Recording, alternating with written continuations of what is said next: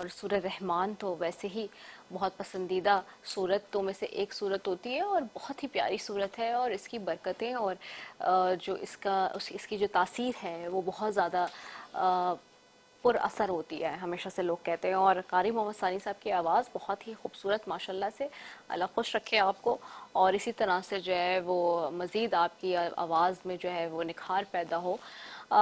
नाज़रीन, आगे बढ़ेंगे। नेकी के हवाले से हम बात कर रहे हैं। नेकी का मामला इंतहाई, मैंने कहा जैसे कि बीन बारीकी का मामला है। आप देखिए कि हम बहुत सारी ज़िंदगी में नेकियां कर रहे होते हैं, लेकिन कभी कभार हम इस तरह से उसको जता देते हैं या उसके ऊपर बहुत ज़्यादा किसी को बता देते हैं कि सामने वाले को बुरा लग जाता है। अगर वो बुरा लग जाता है तो आपकी वो नेकी भी ज़ाया हो जाती है। तो सोचिए कि कितना इम्पोर्टेंट है, और हमारी निजात इसी वक्त मुमकिन है जब हमारे नामा अमाल में नेकियां गुनाहों के मुकाबले में ज़्यादा हों। लेकिन सवाल ये भी होता है कि नेकी किस अमल या अकीदे का नाम है। क्या नेकी का तसव्वुर महज सिर्फ नमाज, रोज़ा, हज, ज़कात और ज़ाहिरी इबादत तक महदूद है, या इसका दायरा कार ज़िंदगी के हर मामले तक पहुँचता है? ये बहुत बड़ा सवाल है।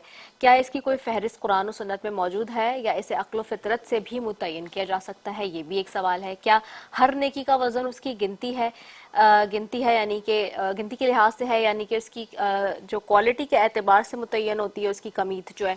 क्या नेकी सिर्फ ज़ाहिरी अमल का नाम है, या बातनी नेकी भी शामिल हो सकती है? ये वो सवालात हैं जो नेकी के तसव्वुर को जानने और दुरुस्त तौर पर जानने पर बहुत अहम है। और अगर हम कुरान करीम का जायज़ा लें तो कुरान सबसे पहले जो बात हमें बताता है वो ये है कि अल्लाह ने हमें सिर्फ अपनी इबादत के लिए पैदा किया है। गोया इबादत ही नेकी और इबादत से गुरेज करना गुनाह है। तो अब आप इस बात से अंदाज़ा लगा लीजिए कि कितनी खूबसूरत बात यानी कि यहाँ पे बताई जा रही है कि देखें, जहाँ हम इबादत कर रहे हैं वो भी हमारी नेकी के ही ज़ुमरे में आ रहा है, और जैसे जैसे हम अपनी नेकियों की तरफ आगे बढ़ रहे हैं वहीं पर हमारी नेकी का सारा जो मामला है वो इसी एतबार से जुड़ा हुआ है। तो ये बहुत ज़रूरी है। और नेकी के हवाले से हम बात कर रहे हैं जी, और नेकी की जहाँ बात कर रहे हैं वहीं पर अच्छा, रमज़ान के मुबारक महीने में क्या इसमें थोड़ी सी तब्दीली आती है कि जी एक अगर आप नेकी करते हैं तो आम दिनों में आपको एक पॉइंट मिल रहा है जो बार बार हम बताते हैं, यानी कि वो पॉइंट्स के हवाले से बात हो रही है। अगर आप रमज़ान में एक नेकी कर रहे हैं तो आपको 1 पॉइंट मिल रहा है, 2 नेकियां कर रहे हैं तो 2 पॉइंट मिल रहा है। तो इसी तरह से अगर आप जो है वो मिसाल के तौर पे रमज़ान के महीने में अगर एक नेकी कर रहे हैं तो उसके बदले आपको 70 पॉइंट्स मिल रहे हैं।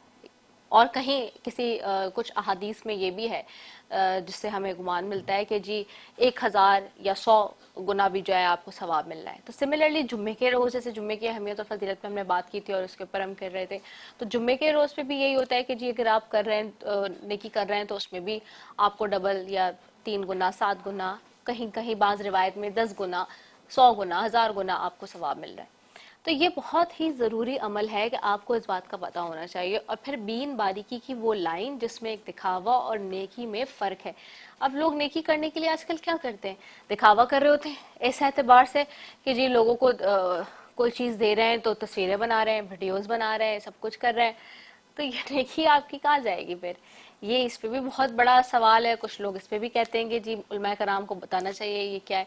इस पे भी आज बात करेंगे। इस पे भी थोड़ी सी जो है यहाँ पे मुबाहिसे में इस मौजू को आज इसलिए ज़ेरे बहस रखा है कि इसके ऊपर बात करना बहुत ज़रूरी है। आपको भी शामिल करेंगे, स्क्रीन पर नंबर होता है और आप हमें शामिल कर सकते हैं। तो जी यहाँ मैंने जाना है एक अभी सेगमेंट पर, आपको पता है चीख उठा कराची या कराची की आवाज़, 2 सेगमेंट हमारे पास होते हैं जो कि कराची के हवाले से आपको बता रहे होते हैं कि बाहर क्या हो रहा है। तो कराची में क्या हालात हैं उसके ऊपर बात होगी। और यहाँ मैं वक्फे की तरफ जा रही हूँ। वक्फे पे जाने से पहले आज के आउटफिट की बात कर लेते हैं। आज का आउटफिट जी हमें स्पॉन्सर किया है शैमरव्स ने, और बहुत ही खूबसूरत आउटफिट बनाया गया है जी शैमरव्स की तरफ से। तो thank you so very much शैमरव्स फॉर दिस ब्यूटीफुल आउटफिट। तो जी एक वक्फे पे जा रहे हैं, वक्फे के बाद वापस आएंगे, यहीं से ट्रांसमिशन के सिलसिले को आगे बढ़ाएंगे। अस्सलाम वालेकुम वरहमतुल्लाहि वबरकातुहू।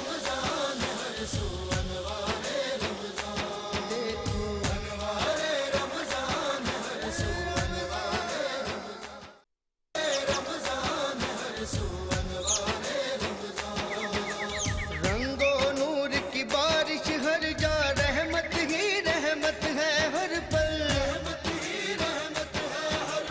हर मस्जिद हर घर में रौनक, बरकत ही बरकत है हर पल।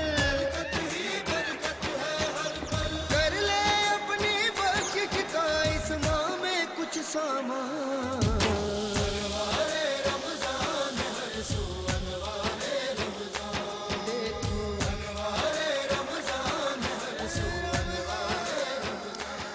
वेलकम बैक नाजरीन। और ब्रेक पे गए हुए थे जी, वक्फा था ये, और आप देख रहे थे जी आज कराची की आवाज़। और अब हम आगे बढ़ेंगे, अपने ट्रांसमिशन के सिलसिले को आगे बढ़ाते हैं। आज बात हो रही है, मौजू है नेकी, नेकी के ऊपर। अच्छा, अब सवाल एक सबसे अहम ये भी उठता है कि जी कौन सा अमल है नेकी का, और कैसे पता चलेगा कि जी ये जो अमल है कि इससे नेकी हमें मिल रही है।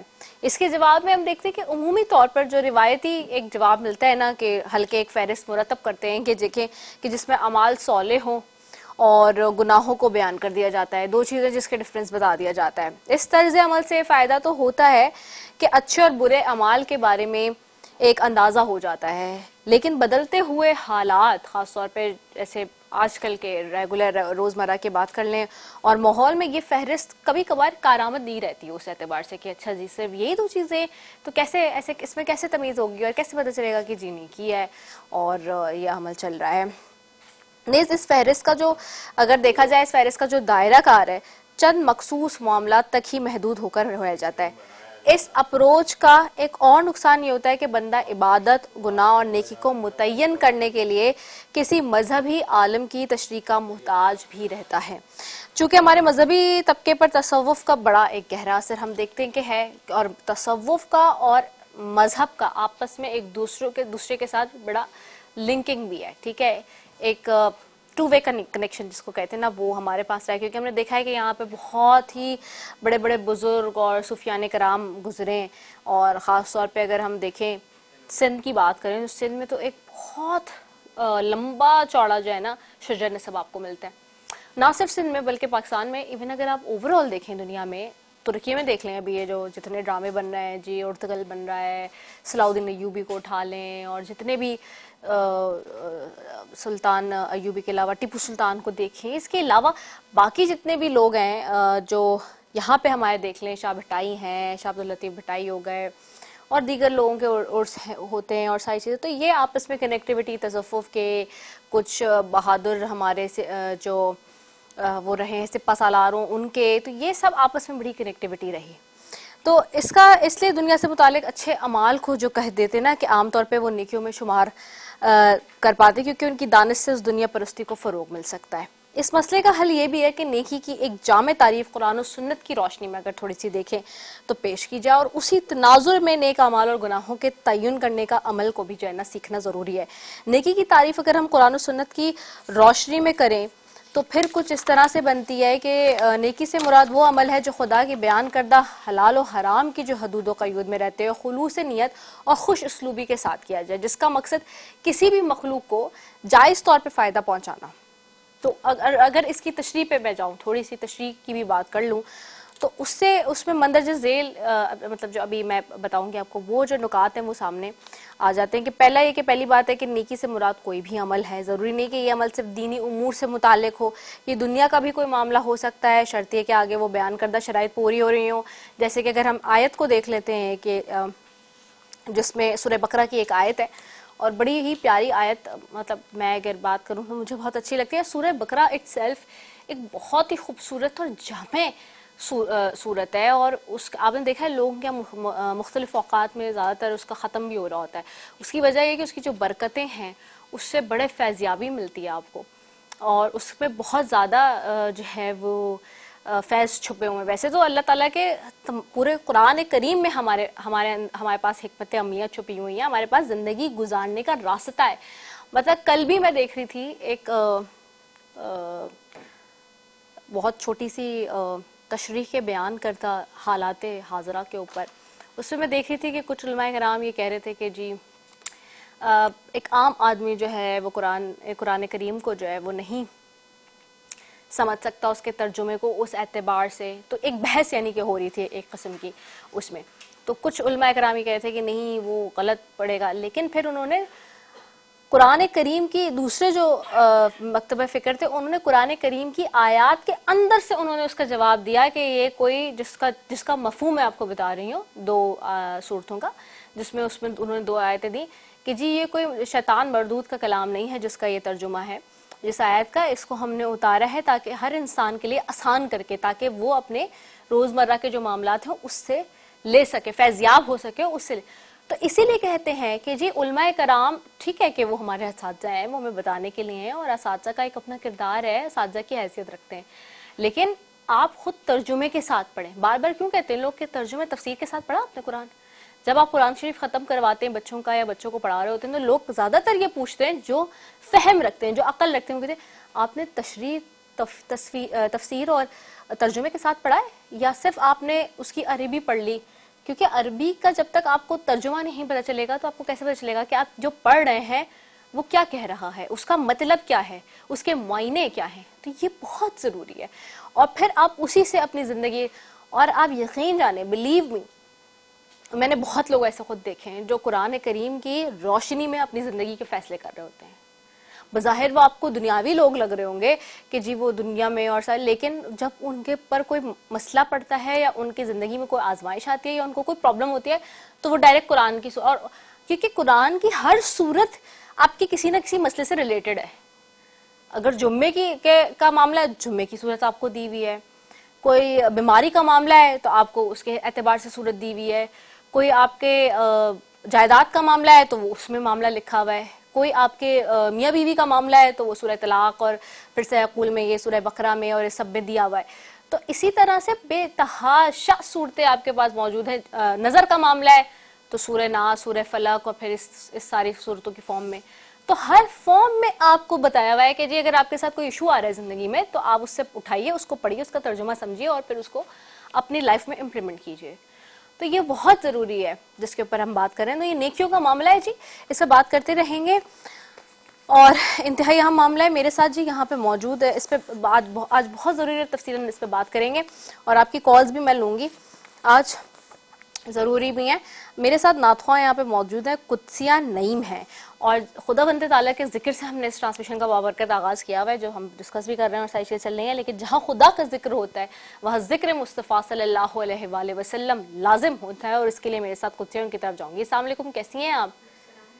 अल्हम्दुलिल्लाह ठीक। आज कौन सा कलाम है जो तैयार करके लाई हैं? फासिलों को तकल्लुफ़ नहीं। चलिए जी शुरू कीजिए। बिस्मिल्लाहिर्रहमानिर्रहीम।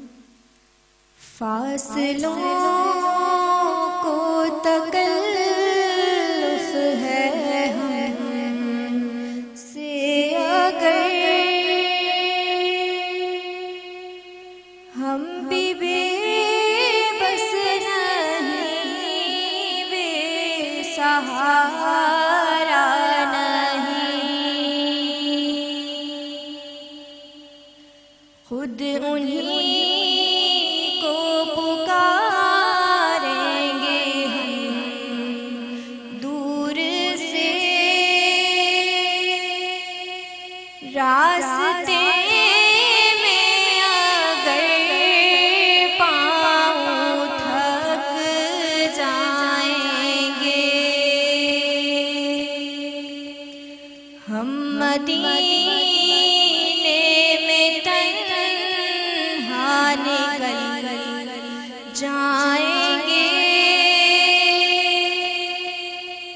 और गलियों में क़स्दन भटक जाएंगे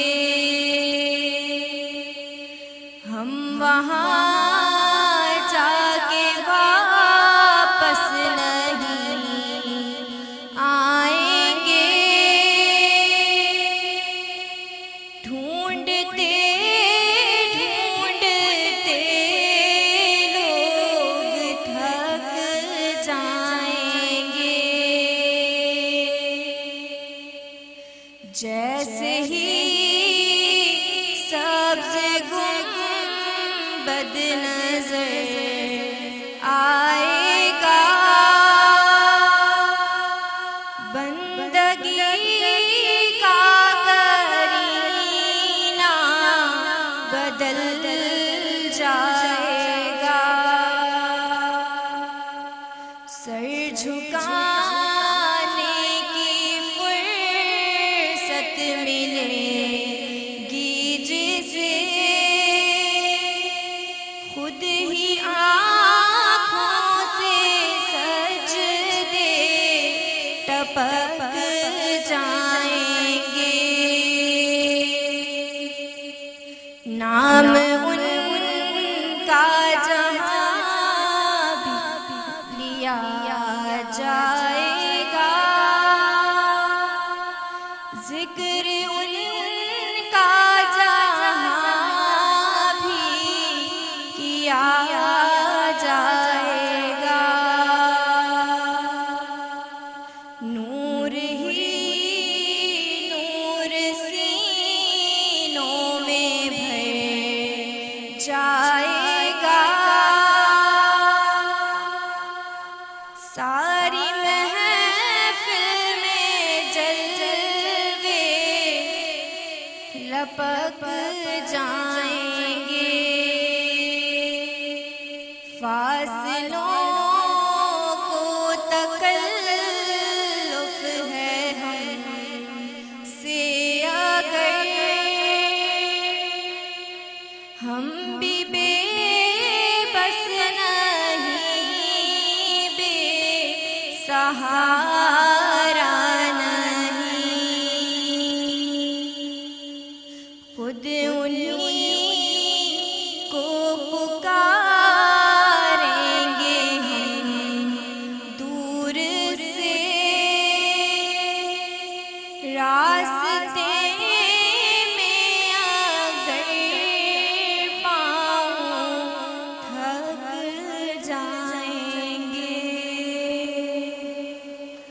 वाह वाह, सुभान अल्लाह, माशाल्लाह, बहुत ही खूबसूरत कलाम है ये और बहुत पुराना कलाम है। नाज़रीन, अगर इसकी तारीख उठा के देखें, फासलों को तकल्लुफ है हमसे अगर, तो ये हम अपने बचपन में देखते थे कि उस वक्त भी बहुत पुराना कारी वहीद ज़फ़र कासमी साहब का ये कलाम है और उनके जितने कलाम हैं वो ज़बरदस्त किस्म के हैं कि आप जब सुनते हैं तो आप जो है वो उसका जो तासुर है उसमें गुम हो जाते हैं कि आपको वो कलाम में आप ऐसे गुम महव हो जाते हैं कि आपको पता ही नहीं होता कि आप कहाँ पहुँच गए। तो ये वो पुराने जो कलाम हमारे, अच्छा वो नए कलाम हमारे उस तरह से आ भी नहीं रहे अनफॉर्चुनेटली जैसे पहले होते थे। आजकल तो पता नहीं वो कौन कौन से कहना नहीं चाहिए लेकिन वो कोई टन-टनाटन है, कोई कुछ है, कोई कुछ है, मैं पता नहीं कोई अजीब ही किस्म का, मतलब इस वक्त तो इन दिनों तो हालात है जिस तरह के सोशल मीडिया के हालात हो गए, इसी तरह से हमारे कलामों के ऊपर भी जो है वो लोगों को बहुत ज़्यादा रिजर्वेशंस हैं कि ये आखिरकार हो क्या रहा है इस मामले में भी। तो कारी वहीद काज़मी साहब जो हैं उनके जितने कलामात हैं उसके तासुरात ऐसे और इतना असरअंदाज पुरअसर रखते हैं कि आप की महफिल में ऐसा लगता है कि बस नूर ही नूर आपके पास आ गया है। तो वो लोग हमारे वो भी कहीं अब उस तरह के लोग भी अब बहुत कम पैदा हो रहे हैं और इस किस्म का काम भी अब बहुत कम हो रहा है। हमारी फील्ड में भी बहुत ज़्यादा इस वक्त अशद ज़रूरत है कि जो कमियां हैं उनको देखा जाए और अच्छा काम किया जाए और अच्छे कलाम जो हैं वो नए आने चाहिए, क्योंकि ये हमारे बड़ों ने उनके बचपन में, बल्कि हम जब छोटे थे तब भी हम सुनते थे और आज भी वही जो पुराने वाले कलाम हैं उनकी तासीर इतनी ज़्यादा है कि जो नए कलाम हैं वो उन पर अभी तक भारी हैं। तो नए कलामों में यानी कि सोचने की बात है कि क्या कहाँ कहीं कोताहियाँ हो रही हैं, गलतियाँ हो रही हैं जिसकी वजह से जो है वो उनमें वो बात नहीं रही है। तो जो नए आने वाले लोग हैं इस फील्ड में उनको ये इस पे भी थोड़ी सी तवज्जो देनी चाहिए कि इसके हवाले से बहुत अच्छा काम हो सकता है और बहुत बेहतर काम हो सकता है, क्योंकि जब पहले हो चुका है तो फिर अब तो मज़ीद जिद्दत बढ़ती जा रही है, नई नई टेक्नोलॉजी आपके पास आती जा रही है, आपके पास कॉन्सेप्ट्स और आइडियाज़ बहुत अच्छे होते हैं, फिर लिखारी हमारे पास बहुत अच्छे आते। तो अगर अच्छा टैलेंट को आगे प्रमोट, क्योंकि हमारे यहाँ अनफॉर्चुनेटली ये भी तो होता है कि मेरिट को नहीं प्रमोट किया जा रहा होता, तो अगर मेरिट पे टैलेंट को आगे लेकर आया जाए तो मेरे ख्याल से इस किस्म के जो कलाम है वो हमें आज भी दिखाई दे सकते हैं। अच्छा, हम बात करें नेकी के हवाले से, तो नेकी के ऊपर हम बात करते रहेंगे आज ही। 021341348123 एक्सटेंशन है हमारा, आप हमें कॉल कर सकते हैं और शामिल हो सकते हैं। तो जी आज के स्पॉन्सर्स की तरफ जाऊंगी जी, क्योंकि इंग्रेडिएंट्स होते हैं हमारे स्पॉन्सर्स और हमारे साथ इस सेट पे मौजूद होते हैं जी। तो स्पॉन्सर्स की बात करूंगी, सबसे पहले तो आज के आउटफिट की ही बात कर लेती हूँ जी। आज का ब्यूटीफुल सा ये आउटफिट हमें स्पॉन्सर किया है जी शैमरफ्स ने, तो thank you so very much शैमरफ्स। तो शैमरफ्स के आउटलेट्स मौजूद हैं जी लकी वन में, आपको मिलेगी तारिक रोड डॉल्फिन मॉल में, और कराची, लाहौर, इस्लामाबाद, पूरे पाकिस्तान में जी। तो thank you so very much शैमरस, बहुत अच्छा काम कर रहे हैं। और जी आ जाते हैं आज के इंग्रेडिएंट्स यानी कि स्पॉन्सर्स पे। तो स्पॉन्सर्स के लिए जब बात करते हैं तो जी इस ट्रांसमिशन के स्पॉन्सर्स में कौन कौन है। इस ट्रांसमिशन के स्पॉन्सर्स में शामिल किया है पेप्सी ने, शौकत खानम, पटेल हॉस्पिटल, रूह अफ़ज़ा नेशन का बहुत ही जबरदस्त किस्म का शरबत, इसके अलावा नेल्सन पेंट्स जो कहता है रंग जिंदगी का, और नेल्सन की बाइक के सवालात आपके साथ चलते हैं 5 बजे से। इसके अलावा अल Khidmat, GFS builders, Bombay light house जो कहता है light up your house, Roomi builders, Milan agro, Andaz active कनौला जिसका कहना है एक्टिव लाइफ स्टाइल, और पाकोला फ्लेवर्ड मिल्क। तो ये सारे हमारे साथ जी स्पॉन्सर्स हमारे शामिल हैं और 30 दिन हमारे साथ रहेंगे। तो बहुत शुक्रिया हमारे तमाम तर स्पॉन्सर्स का जी कि वो भी हमारे साथ मौजूद हैं। और नेकी के हवाले से जी बात हो रही थी, थोड़ी सी बात मजीद करूँ नेकी के ऊपर। नेकी का आपको मालूम है कि जैसे मैंने कहा कि ये भी बहुत सवाब का काम होता है कि आप किसी की मदद कर रहे हैं, लेकिन उसके लिए दिखावा ना करें। ज़रूरी नहीं है कि आप दिखावे पे जाएं और आप जो है वो लोगों को जताएं या बताएं कि जी मैंने तुम्हारे साथ ये नेकी की। नेकी करें और भूल जाए। नेकी का मामला ऐसा है, ये एक ऐसी चीज़ है जिसको अल्लाह में कहते हैं कि दुनिया में भूल जाओ आप, आपने नेकी की यहाँ भूल जाओ, आखिरत में जब जाओगे तो उसका सिला वहाँ मिलना है, उसका अजर वहाँ देना है, वो मेरे रब ने देना है, वो किसी इंसान ने नहीं देना। ये नहीं हो सकता कि मैं नेकी करूँ तो कोई XYZ जो है वो नेकी का जो है वो अजर दे देगा, या कोई XYZ नेकी करे तो मैं कोई अजर दे दूंगी, या जो है वो कोई B उसका दे देगा। अगर A कोई कर रहा है नेकी तो B दे देगा, B दे कर रहा है तो कोई C दे देगा, ऐसा नहीं हो सकता। तो इसलिए बहुत ज़रूरी है कि अगर इस पे आपका यकीन होना चाहिए इस बात पे कि अगर A नेकी कर रहा है तो उसका अजर भी अल्लाह ने देना है, अगर B नेकी कर रहा है तो उसका अजर भी अल्लाह ने देना है, अगर C नेकी कर रहा है तो उसका अजर भी अल्लाह ने देना है। तो नेकी करके भूल जाएं, पीछे हट जाए और भूल जाएं, क्योंकि उसका अजर आपको रोज़े महशर हशर के मैदान में मिलना है। जब आपके, और एक और बात हो सकता है कि जब वहाँ आपके पलड़ा में जब आपका दोनों तराजों में जब वो चल रहे हों, आपके अमाल रखे जा रहे हो दोनों में, तो उस वक्त आपका एक पलड़ा कोई कम हो और उसमें जो है आपके पास गुनाह हो, और मतलब दोनों की बात हो रही है, जब आपके गुनाह और सवाब दोनों पलड़ों में चल रहे होंगे, जब आपका हिसाब किताब का सिलसिला जारी होगा, तो बहुत मुमकिन है, मुमकिन है कि आपके कुछ पलड़े में जो सवाब है वो कम हो, तो वो नेकी जो आप करके भूल गए हो उसी नेकी के जी नंबर्स लेकर आए जाए और उसमें डाले जाएं और पलड़े में, और कहा जाए कि अब जी करो तराजू, और वो आपका वो भारी हो जाए और आप जो है जन्नत में चले जाएं। तो ये देखें कितना ज़बरदस्त काम है। तो ये इसलिए मैं थोड़ा सा दुनियावी एतबार से भी बताती हूँ कि जो हमारी नौजवान नस्ल है, जो हमारी यंग यूथ जनरेशन हमें देख रही है, उसको पता हो कि जी आखिरकार क्या हो रहा है। तो जी एक वक्फे पे जाएंगे, और वक्फे पे जाना है, मतलब वक्फे पे क्या जाएंगे, सेगमेंट की तरफ बढ़ रहे हैं। अगले ट्रांसमिशन का सिलसिला तो जारी है, लेकिन वक्फे नहीं, हम शेफ़ की तरफ जाना है हमने। और तंदूरी क्या बन रहा है जी आज, तंदूरी कद्दू बनाना स्मोकी जी, ये दोनों चीज़ें बन रही हैं ज़बरदस्त किस्म की। तो तंदूरी कद्दू कैसे बनता है और बनाना स्मोकी कैसे बनता है, ये आपको स्मूदी कैसे बनता है, ये आपको पता चलेगा आज शेफ़ के पास जब जाएंगे। तो जा रहे हैं जी शेफ़, ख़वातीन का देरीना मसला वो हल करेंगे कि घर में क्या बनाना है और क्या खिलाना है। यहाँ हम लेंगे ब्रेक, ब्रेक के बाद वापस आते हैं। अस्सलाम वालेकुम व रहमतुल्लाहि व बरकातुहू।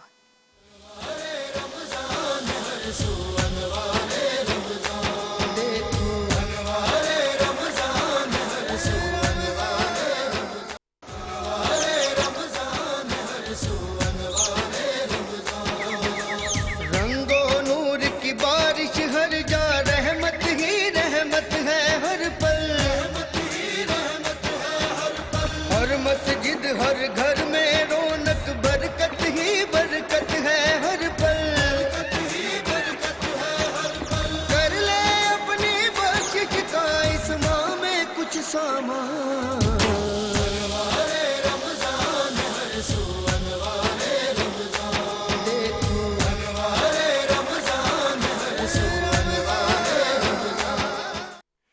मरतबा फिर अनवार रमज़ान की खुसूसी इफ्तार ट्रांसमिशन में K21 न्यूज़ के प्लेटफॉर्म से बरादरान इस्लाम आपकी मेज़बान रिदा सैफ़ी आपको खुशामदीद कहती हूँ। और अभी हम गए हुए थे शेफ़ के तरफ और वो बना रहे थे जी कद्दू भी और वो बना रहे थे स्मूथी भी बनाना और बता रहे थे कि ख़वातीन को कि कितनी जल्दी आपने अपने घर में जो है झटपट 20-25 मिनट में बना के खाना जो है वो खाना है और सर्व करना है लोगों को भी इफ्तारी में भी। आज का मौजूद इंतहाई अहम है, नेकी के ऊपर हम बात कर रहे हैं और उससे मैंने जिस तरह से बहुत सारी चीज़ें कनेक्ट करके आपको बताई भी। और जहाँ नेकी की पर मौजू पे बात हो रही है वहीं कससुल अंबिया में हज़रत यूसुफ अलैहिस्सलाम का मौजू आज हम चैप्टर क्लोज करेंगे और फिर आगे फिर कल से दूसरे अंबिया कराम के तरफ भी बढ़ना है हमने कससुल अंबिया में। स्क्रीन पर नंबर भी है, आपसे बात भी हो सकती है और इसी हवाले से क्वेश्चन आंसर्स भी चल रहे हैं। नेल्सन की बाइक है, एक्टिव कनोला का गिफ्ट हैम्पर की तरफ से गिफ्ट है, बॉम्बे लाइट हाउस की तरफ से गिफ्ट है माजरत, और आपको ये इनामात हम बांट रहे हैं जी। आप कॉल्स करें ज़्यादा से ज़्यादा और ये इनामात ले जाएं। इसके अलावा जी आज के जो है वो स्पॉन्सर्स और आउटफिट की भी बात करेंगे। आज के स्पॉन्सर्स में जी ट्रांसमिशन के कौन कौन शामिल है उस पर बात कर लेते हैं। ट्रांसमिशन के स्पॉन्सर्स में जी Pepsi, Shaukat Khanam, Patel hospital, Rooh Afza, Nelson paints, रंग जिंदगी का, Al Khidmat, GFS builders, Bombay light, enlight your house जो कहते हैं, Roomi builders, Milan agro, Andaz active canola, active life style, Pakola flavoured milk. तो ये हमारे पास सारी चॉइसेस हैं जी और जो ट्रांसमिशन की इंग्रेडिएंट्स हैं यानी कि सारे हमारे स्पॉन्सर्स हैं। और इसके अलावा जी आज का आउटफिट हमें स्पॉन्सर कर रहे हैं शामरफ्स। तो thank you so very much तमाम हमारे स्पॉन्सर्स का जो हमारे साथ मौजूद हैं, बंधे हुए हैं। और आगे बढ़ूंगी जी। इस सेगमेंट में आपको पता है हमारे साथ उलमाए कराम भी होते हैं, यहाँ पर नातख़्वां होते हैं और यहाँ पे हमारे पास हम बहुत सारी चीज़ों के ऊपर बात कर रहे होते हैं। तो मेरे साथ जी रोज़ाना की तरह यहाँ पर आज भी हमारे जो उलमाए कराम हैं वो भी यहाँ पे मौजूद होंगे, उनसे भी बात करेंगे और साथ साथ जी आपकी भी कॉल्स लेंगे। तो मेरे साथ जी सबसे पहले मौजूद हैं अल्लामा अब्बास जाफरी साहब, उनको खुशामदीद कहूँगी। अस्सलाम वालेकुम अल्लामा साहब। मेरे साथ बैठे हैं मुफ्ती मुहीद्दीन मंसूरी साहब, उनको भी खुशामदीद कहूँगी। बहुत शुक्रिया मुफ्ती साहब कि आप हमारे साथ मौजूद हैं। और मेरे साथ यहाँ पर नातख़्वां फैज़ान नवाज़ भी मौजूद हैं। अस्सलाम वालेकुम फैज़ान, उनको भी खुशामदीद कहूँगी कि आप हमारे साथ यहाँ पे बंधे हुए हैं। सबसे पहले जी अल्लामा अब्बास जाफरी साहब आपकी तरफ आऊँगी। नेकी के हवाले से हम बात कर रहे हैं अल्लामा साहब, नेकी का आज का मौजू है और नेकी और जैसे कि हम बात करते हैं कि दिखावे के दरमियान एक बारीक सी लाइन है, अगर आपने और फिर जता भी देते हैं कुछ लोग नेकी करके तो वो नेकी आपकी ज़ाया हो जाती है। आप इस पर क्या रोशनी डालेंगे? औज़ु बिल्लाहि मिनश शैतानिर रजीम, बिस्मिल्लाहिर्रहमानिर्रहीम। मतलब पहले तो हम बात करेंगे कि नेकी है क्या, नेकी कहते किससे हैं जी। उसके बाद फिर हम आएंगे अपनी दीगर उन बातों की तरफ कि जो हमारे प्रोग्राम का हिस्सा भी हो सकती हैं जी। तो असल में नेकी क्या है? नेकी एक वो चीज़ है कि जिसकी तरफ सब राग़िब हों, सब माइल हों, सब राग़िब हों, सब माइल हों। और आसान अल्फाज में मेरे सुनने वाले, ये जो प्रोग्राम देखने वाले हमारे, ये सुन लें कि नेकी उसे कहते हैं कि जिससे वो अमल के जिससे खुदा खुश हो, जिससे खुदा राज़ी हो, उसे नेकी कहते हैं।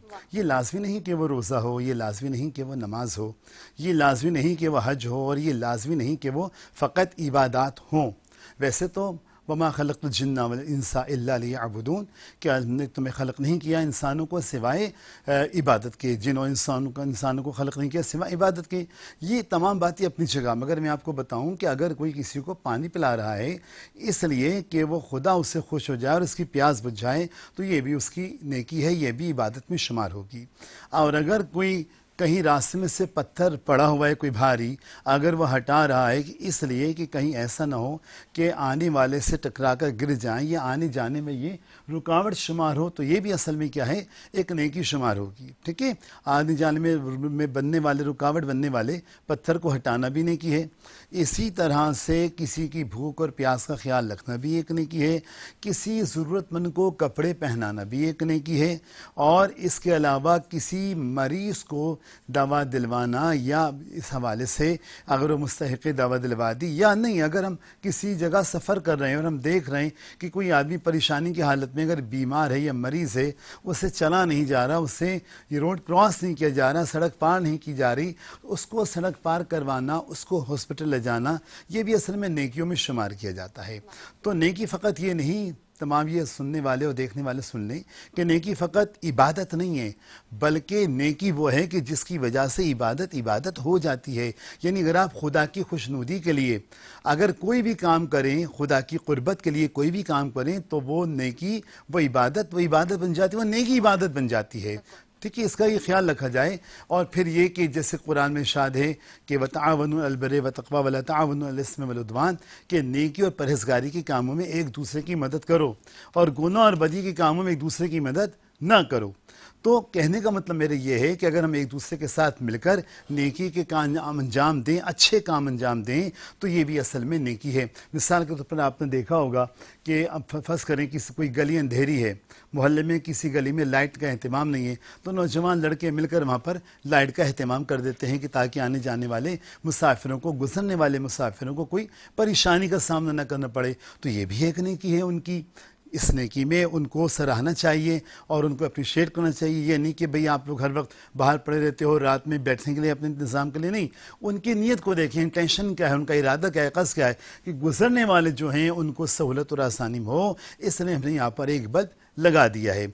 आपने देखा होगा कि जब लाइट चली जाती है, कराची में वैसे भी हमारे बल्कि पूरे मुल्क में बिजली का फुकदान है, तो अगर इलेक्ट्रिक फेल हो जाती है, बिजली फेल हो जाती है, तो कुछ घर ऐसे हैं जहाँ यूपीएस होता है या सोलर सिस्टम के तहत वहाँ पे बैटरी में बैकअप बन जाता है, या फिर ये होता है कि जनरेटर मौजूद है वहाँ पर।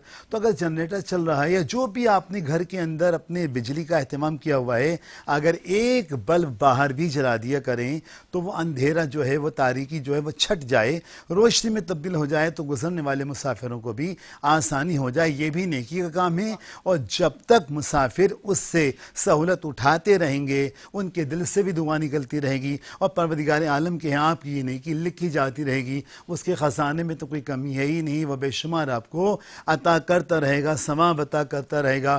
किसी भूखे को खाना खिलाना भी नेकी है। अमूमन ये होता है कि आपने देखा होगा कि रोज़ा खोलने के लिए, हालांकि चाहे वो गैर मुस्तक़ी क्यों ना, आप उससे रोज़े के लिए आप एक खजूर भी दे रहे हैं, खजूर से रोज़ा खुलवा रहे हैं, तो ये भी नेकी है। और इतनी बड़ी नेकी कि रसूल कायनात ने खुद कहा है कि चाहे आधी खजूर सही मगर उसका रोज़ा इफ्तार करवाओ, ताकि तुम्हारी नेकियों में शुमार होने लगे, बड़ी बड़ी नेकियों में शुमार होने लगे। रोज़मर्रा के अच्छे काम अंजाम देना, घर के काम अंजाम देना, मुसाफिरों के लिए कोई सहूलत फराम करना, पड़ोसियों के काम आना, ये सारे काम नेकी हैं। इससे तमाम लोग दिल से पसंद करते हैं और इनके बरखिलाफ कामों को नापसंद करते हैं। जिन कामों को तमाम लोग नापसंद करते हैं, राग़िब नहीं होते, माइल नहीं होते, वो बदी के काम कहलाते हैं, वो बुरे अफ़ाल कहलाते हैं, बुरे अमाल कहलाते हैं। और अल्लाह परवरदिगार आलम बुरे अमाल करने वालों को नापसंद करता है। तो इससे खुलासतन ये हुआ कि नेकी उस अमल को कहते हैं कि जिससे अल्लाह पसंद करता है। सुभान अल्लाह, बहुत खूबसूरत बात। और बिल्कुल नाजरीन कहते हैं कि नेकी से मुराद हर वो अमल है जो खुदा की बयान करदा हलाल और हराम की हुदूद व क़यूद में रहते हुए खुलूस नियत और खुश उसलूबी के साथ किया जाए, जिसका मकसद किसी भी मखलूक को जायज़ तौर पर फ़ायदा पहुँचाना है। सूरह बकरा की आयत 177 का तर्जुमा है, तर्जुमा करूंगी मैं, सूरत इस वक्त नहीं पढ़ूंगी कि हमारे पास टाइम कम है, बड़ी लंबी सूरत है क्योंकि उसका तर्जुमा पेश कर रही हूँ। नेकी यही नहीं कि तुम अपना रुख मशरिक या मगरिब की तरफ फेर लो, बल्कि असल नेकी है कि कोई शख्स अल्लाह पर, रोज़े क़यामत पर, फरिश्तों पर, किताबों पर, नबियों पर ईमान लाए और अल्लाह से मोहब्बत की खातिर अपना माल रिश्तेदारों, यतीमों, मिस्कीनों, मुसाफिरों, सवाल करने वालों और ग़ुलामी से निजात दिलाने के लिए दे, नमाज कायम करे, ज़कात अदा करे। नेज़ नेक लोग वो हैं कि जब अहद करें तो उसे पूरा करें और बदहाली, मुसीबत, जंग के दौरान सब्र करें। ऐसे ही लोग रास्तबाज और यही लोग मुत्तकी हैं। तो मैं मुफ्ती साहब आपकी तरफ आऊँगी। मुफ्ती साहब, नेकी के ऊपर बात हो रही है, क्या कहेंगे आप? बिस्मिल्लाहिर्रहमानिर्रहीम। अल्लामा साहब ने बहुत खूब बात की है, माशाअल्लाह। देखिए, एक है नेकी और एक है अच्छाई। अच्छाई और दुनिया में अगर अच्छाई करने के लिए देखें तो हर कौम और हर ज़ाब्ते के लोग, हर नस्ल के लोग करते हैं, चाहे उसका ताल्लुक़ इस्लाम से हो या ना हो, क़तई नज़र। और दुनिया में बहुत बड़ी बड़ी चैरिटी हैं जो यहूदी भी चला रहे, ईसाई चला रहे, हिंदू चला रहे, तो वो उनकी भलाइयाँ है। मगर और जो नेकी का जहाँ तक ताल्लुक़ है, ये एक शरई इस्तिलाह है। इसको ये बात समझने की ज़रूरत है कि शरई इस्तिलाह ये है कि पहले तो सबसे पहले नेकी वो है जो आप अलैहिस्सलातु वस्सलाम की सुन्नत से ज़ाहिर हो, सुन्नत जिसके अंदर हो। दूसरी ये है कि इखलास से नीयत हो, कि ना कि बदर के मौके जब आप अलैहिस्सलाम को हुक्म हुआ कि हिजरत फरमाए तो सब ने अल्लाह की रज़ा के लिए हिजरत की। कोई एक शख्स था जिसने अपनी एक खातून से मोहब्बत थी, उसके लिए हिजरत की, तो अल्लाह के रसूल ने फरमाया कि मन हाजरा ने तो निसा, जिसने औरत के लिए हिजरत की उसने औरत के लिए हिजरत की, जिसने अल्लाह के लिए हिजरत की उसके अल्लाह उसको बदला देगा। और तीसरा यह है कि उसके अंदर दिखावा ना हो, लिल्लाहियत हो, तो ये है नेकी। बाकी दुनिया में बहुत से लोग नेकी करते हैं। अच्छा मैं एक बात बताऊँ, एक बड़ा सवाल है, दुनिया में हर जगह भी की जाती है, हमने भी अपने असातिज़ा से की है कि जो लोग ये जो दुनियादार लोग हैं जिनका मज़हब से कोई वास्ता नहीं, ताल्लुक़ नहीं, या लामज़हब लोग हैं, यानी या तो फिर या हमारे इस्लाम से कोई ताल्लुक़ नहीं है, वो लोग भी चैरिटी करते, अच्छे काम करते, उनका क्या बदला है? तो अल्लाह तबारक व तआला क्या उनका बदला नहीं देंगे? तो उस्ताद मोहतरम ने हमें क्या खूबसूरत बात की, हज़रत मुफ्ती मोहम्मद ज़रफ़ अली ख़ान साहब नव्वरल्लाहु मरक़दह ने फरमाया कि अल्लाह तबारक व तआला की ज़ात अक़दस की ये शान है कि वो लोग जो गैर मुस्लिम हैं, जो अल्लाह को नहीं मानते, और वो अल्लाह के मखलूक पर रहम करे तो अल्लाह तबारक व तआला दुनिया में उनकी हैसियत से ज़्यादा माल और दौलत और इज़्ज़त से नवाजते हैं कि रोज़े महशर में वो जब सवाल करेंगे तो अल्लाह फरमाएंगे कि हमने दुनिया में तुम्हारी इज़्ज़त, वक़ार, दौलत तुम्हारी हैसियत से ज़्यादा अता की है। तो एक बात तो ये हो गई। दूसरी, इखलास से नीयत। एक सहाबी रसूल थे हज़रत अबू दादा रज़ी अल्लाह तआला अन्हु, बहुत मशहूर साहबी है। कुरान की आयत नाजिल हुई, इन्नल्लाह यर्ज़ुक़ु मन यशाउ बिग़ैरि हिसाब, कि कौन है, तर्जुमा ये है कि कौन है जो अल्लाह तबारक व तआला को कर्जा दे और अल्लाह तबारक व तआला जो उसको बढ़ाकर अता कर दे। तो वो सहाबी रसूल फजर के बाद वहीं बैठे हुए थे, उन्होंने सवाल किया कि रसूलल्लाह कि अल्लाह को भी कर्जे की ज़रूरत है? बोले नहीं, अल्लाह को ज़रूरत तो नहीं है, मगर अल्लाह चाहते कि वो बंदा के साथ एक मामलात हो और बंदे को ज़्यादा से ज़्यादा अता करे। तो वो कहते हैं कि या रसूलल्लाह मैं आपको गवाह बना कर कहता हूँ कि मैंने अपनी बाग जिसमें मेरी रिहाइश पजीर हूँ, जिसमें खजूर के दरख्त है, जिसमें जो है वो दीगर अनवारात के दरख्त है, मैं उसको जो है अल्लाह के राह में अल्लाह को कर्ज के तौर पे देता हूँ। और ये कहकर वो निकल गए बाहर और जाकर अपनी अहलिया को जाकर आवाज़ दी, ए उम्मे दादा, ए दादा की अम्मी, ज़रूरी मालो मता को लेकर निकल जाओ। बोले क्यों? बोले कि हमने इसको जन्नत के बदले में अल्लाह तबारक व तआला को कर्ज दे दिया है। और कैसी अजीम खातून थी साहबिया, उन्होंने कहा कि ए अबू दादा, ए दादा के अब्बा, तुमने बेहतरीन सौदा किया है। अच्छा एक और एक बात मैं आपको अर्ज करूं कि ये जो लिल्लाहियत किसे कहते हैं, देखिए हज़रत शाह इस्माइल शहीद रहमतुल्लाह अलैह बहुत बड़े ख़तीब थे, हिंदुस्तान के बड़े पाए के ख़तीब थे, अंग्रेज़ों के ख़िलाफ़ बड़ी जिहादें की उन्होंने। वो कहते हैं कि शाह साहब रहमतुल्लाह अलैह का बयान था दिल्ली मस्जिद में, तो ऐलान हुआ तो हज़रत जुम्मे की नमाज़ पढ़ा के उतर रहे थे, अभी खिताब हो गए, उतर रहे थे हज़रत, और उतरते सीढ़ी पे देखा कि एक देहाती हाँपता भाँपता हुआ भागता हुआ आया और हज़रत से पूछने के क्या हज़रत का बयान हो गया है? तो हज़रत ने कहा क्यों, खैर? बोले हाँ, असल में मैं बहुत दूर देहात से आया हूँ, मेरे पास किराया नहीं था, मैं पैदल आया हूँ, और अगर हज़रत का बयान ख़त्म हो गया तो मेरे लिए खसारे का वो। बोले नहीं, कोई बयान ख़त्म नहीं, आप बैठो। बोले वहीं पे बैठ के हज़रत ने जैसे 2.25 घंटे की तकरीर जामे मस्जिद में की, बिल्कुल हूबहू एक लफ्ज़ को काटे बगैर, मुख्तसरन कुछ अर्ज नहीं की, एक लफ्ज़ काटे, उसी तरीके से वहीं पे बैठ कर हज़रत ने पूरी तकरीर देहाती को सुनाया। तो हज़रत खादिम ने कहा कि हज़रत ये भी कोई तरीका है, आप खुलासा कलाम बता देते, इतने लोग एक बंदे के लिए इतनी। तो हज़रत ने क्या खूबसूरत बात की, बोले मैंने पहली जो तकरीर की जो लाखों के मजमे में, वो भी एक के लिए था, अल्लाह तबारक व तआला के लिए था, और ये जो खामोशी के साथ एक फ़र्द के सामने जो अल्लाह की वहदानियत बयान की भी एक के लिए है। तो ये तो मज़हब की खूबसूरती कि मुस्कुराना भी, चलना भी, रास्ते में पड़े हुए ज़रा चीज़ों को हटा, सब चीज़ें, और यहाँ तक कि बच्चों के साथ बैठना, बेगम को देख के मुस्कुराना भी नहीं किए। अल्लाह अकबर, बहुत ही खूबसूरत बात, बिल्कुल ऐसा ही है मुफ्ती साहब, मुफ्ती मोइनुद्दीन मंसूरी साहब ने की, बहुत ही खूबसूरत अंदाज में दोनों उलमाए कराम ने जो है वो नेकी के मौजू पे रोशनी डाली, और हम बात तो कर ही रहे हैं आगाज़ से। आगे बढ़ूंगी, मेरे साथ नातख़्वां यहाँ मौजूद है फैज़ान नवाज़, उनकी तरफ जाऊँगी। फैज़ान, आज क्या कलाम है जो कि तैयार करके लाए हैं? अलहाज खुर्शीद अहमद साहब का मशहूर ज़माना काम कलाम कोई सलीका है आरज़ू का। वाह वाह, पेश कीजिए। कोई सलीका है आरज़ू का, न बंदगी मेरी बंदगी है, ये सब तुम्हारा करम है आका, ये सब तुम्हारा करम है आका, ये सब तुम्हारा करम है आका, कि बात अब तक बनी हुई है, ये सब तुम्हारा करम है आका। और किसी का एहसान क्यों उठाएं,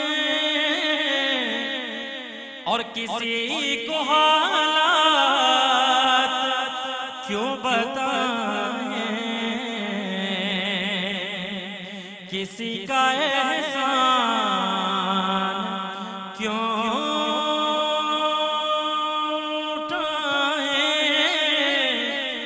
और किसी को हालात क्यों बताएं, तुम्हें से मांगेंगे तुम ही दोगे, तुम्हारे दर से ही लो लगी है, ये सब तुम्हारा करम है आका, ये सब तुम्हारा करम है आका। जितना दिया सरकार ने मुझको,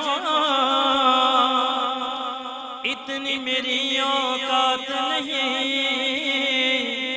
ये तो करम है उनका, वरना मुझ में ऐसी बात नहीं, ये सब तुम्हारा करम है आका, ये सब तुम्हारा करम है आका। अमल की मेरे असास क्या है, बजुज़ नदामत के पास क्या है, रहे सलामत तुम्हारी निस्बत, रहे सलामत तुम्हारी निस्बत।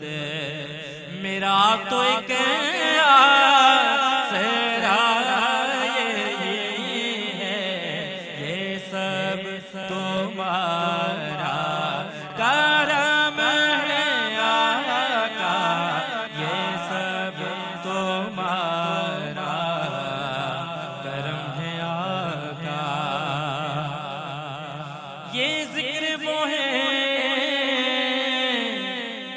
कि जिस का ज़िम्मा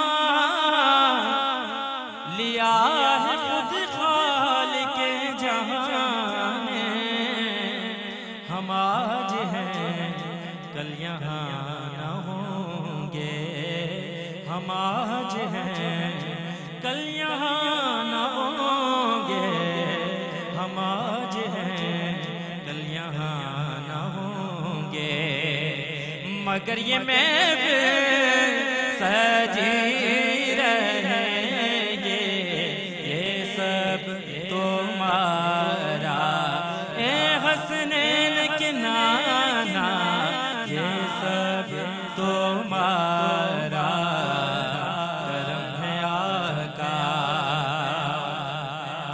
ये शरफ बड़ा शरफ है, तेरा रुख मेरी तरफ है, मुझे नात खा बनाया, ये करम नहीं तो क्या है, ये सब तुम्हारा करम है आका, ये सब तुम्हारा करम है।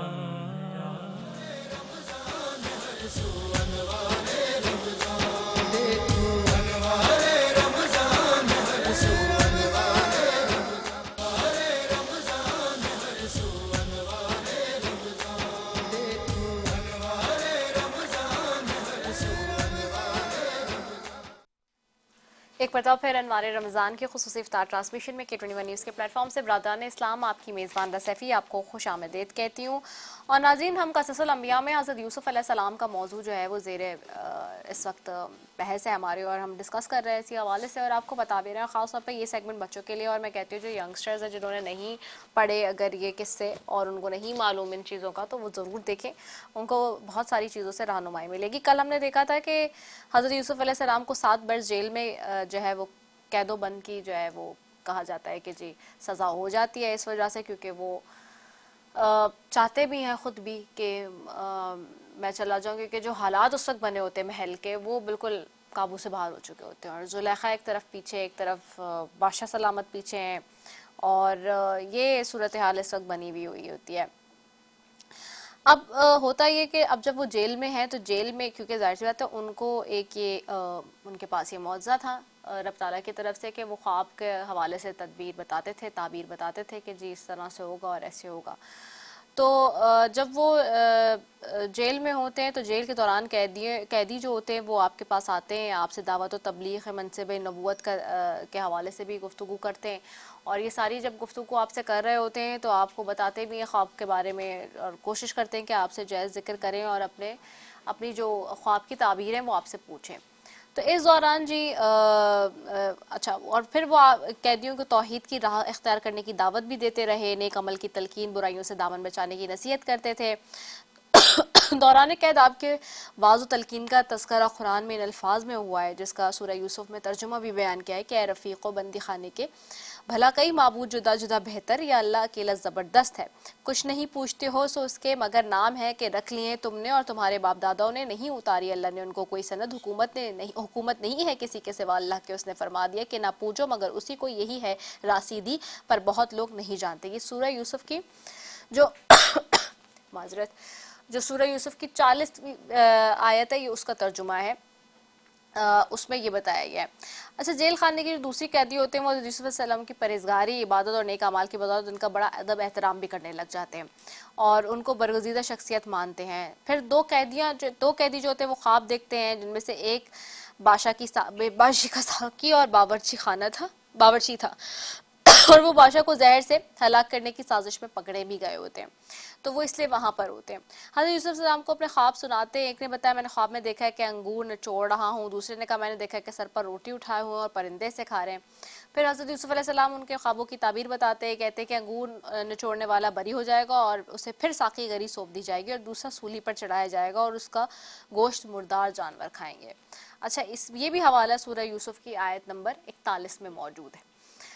फिर उसके बाद यूसुफ अलैहिस्सलाम के एक किस्से में जो है वो ख्वाब बादशाह यानी कि जो मिस्र का होता है मलिक और रियान जिसको कहते हैं, वो बादशाह ने तमाम दरबारियों को जमा करके कहा मैंने ख्वाब देखा है कि 7 मोटी ताज़ी गायें हैं, उन्हें 7 दुबली गायें निकल रही हैं और 7 बाली हरे हैं और 7 दूसरी सूखी हैं। अच्छा, ये भी सूरह यूसुफ की आयत नंबर 43 है जिसमें ये इसका जिक्र है।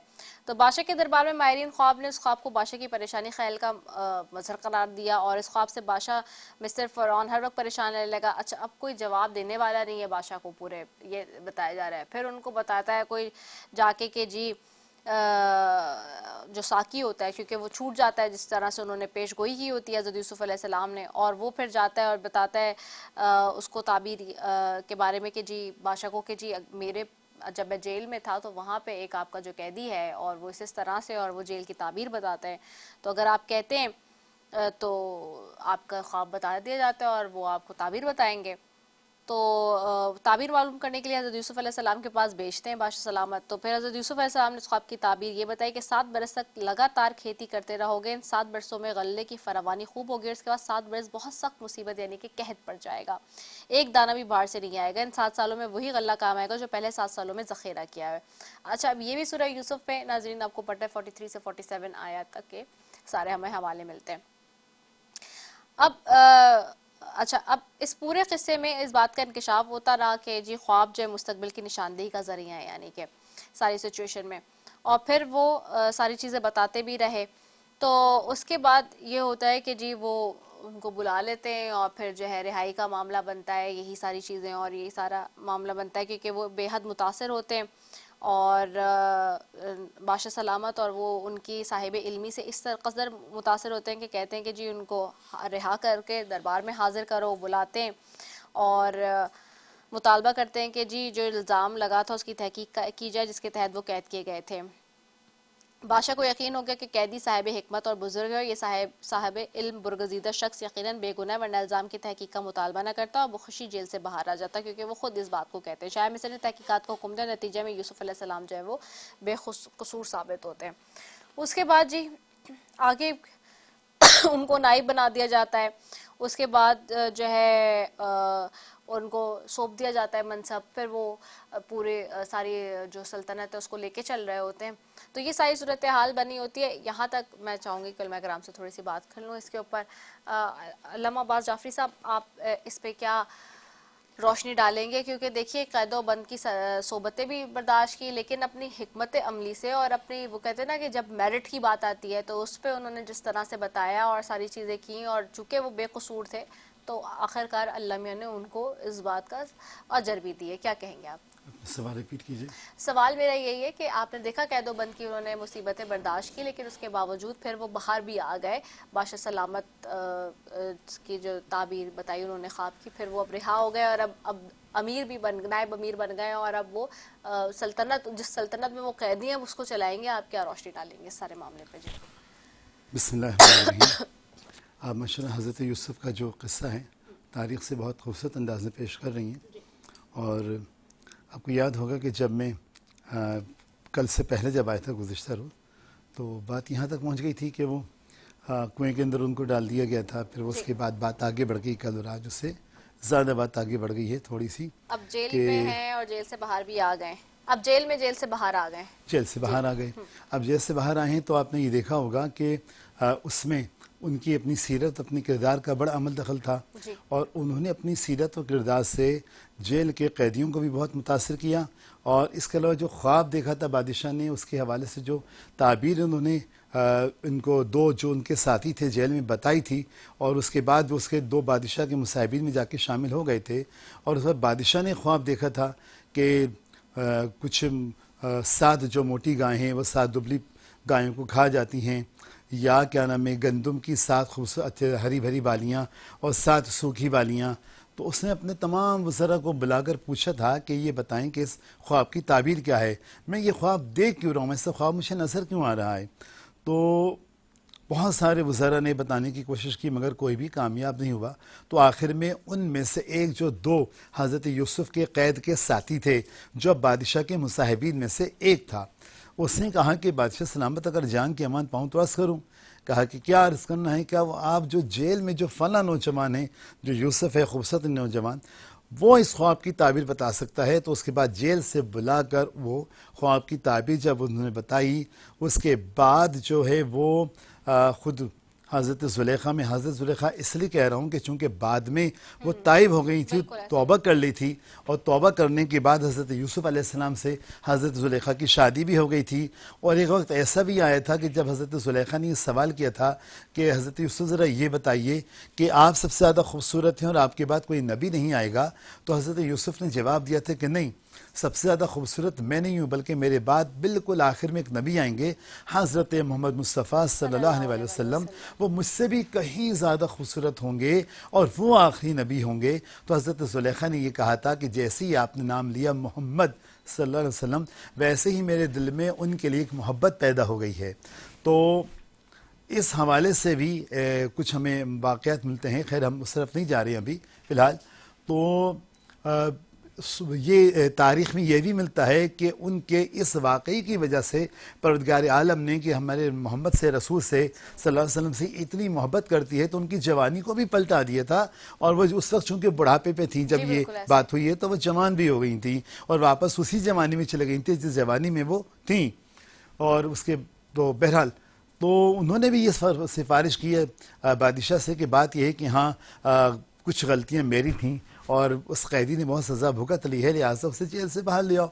जेल से बाहर आने के बाद जब बादशाह ने हज़रत यूसुफ को अपने ख़ास मुसाहिब में इस ख्वाब की ताबीर की वजह से दाखिल किया, तो बादशाह ने यह भी देखा कि जहाँ वो फ़ैसले करता है और उन फैसलों के हवाले से जब वो राय तलब करता है तो तमाम मुसाहिबीन से हट कर हज़रत यूसुफ की राय इतनी दानिशमंदाना और इतनी अक्लमंदाना होती है कि दिल चाहता है उस पर फ़ौरन अमल करो।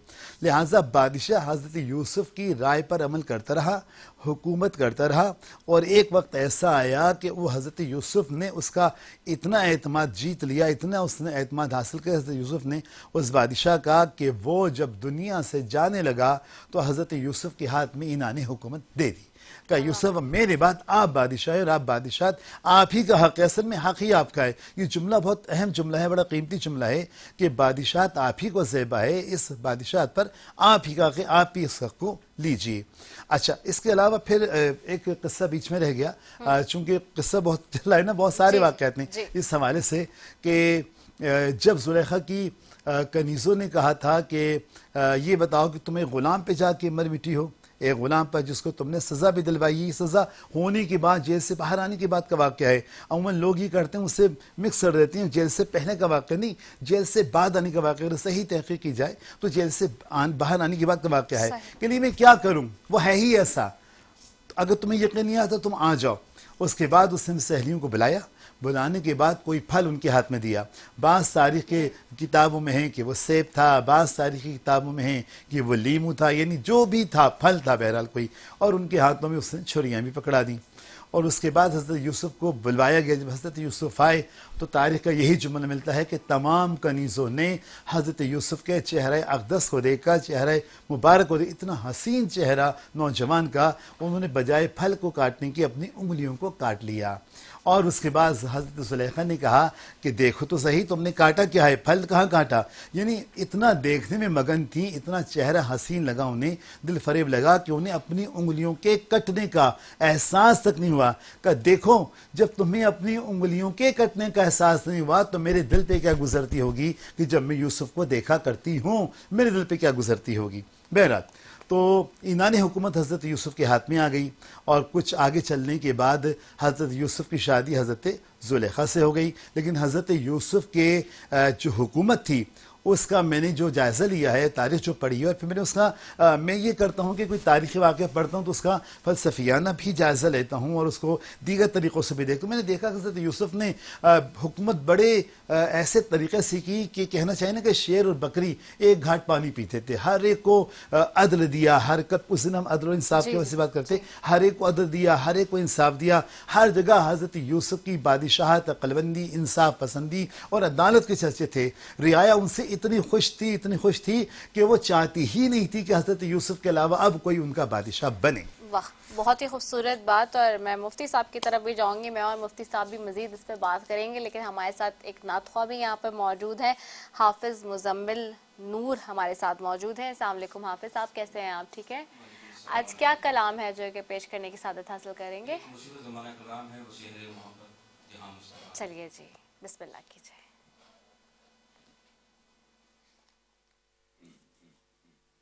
वो शहरे मोहब्बत जहाँ मुस्तफ़ा है, वहीं घर बनाने को दिल चाहता है।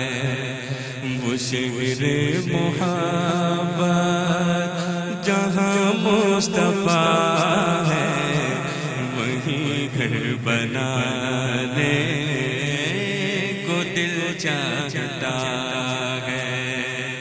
वो सोने से कंकर, वो चांदी सी माटी, वो सोने से कंकर, वो चांदी सी माटी, नजर में बसाने को दिल चाहता है।